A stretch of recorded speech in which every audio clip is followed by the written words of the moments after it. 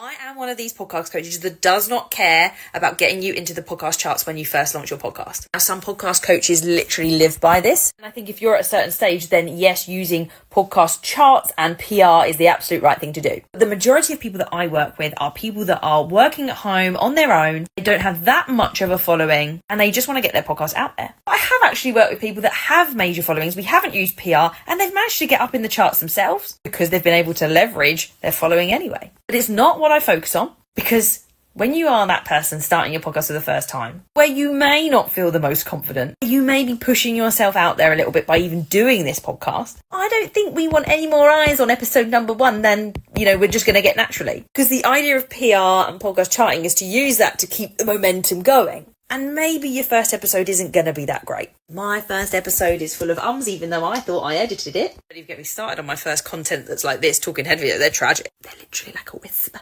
I want to give you time to get good. And the way to get good is to get your podcast out there and keep doing the episodes every single week. And then later down the line, we can focus on a strategy where we pause your podcast for a bit, go for a rebrand and relaunch the podcast as a new branded podcast or in a season 2 fashion. And that's when we can focus on the chart PR. My podcast did chart, but I never did it with intent. Just kept putting good content out there every single week. And it still got to 100,000 downloads.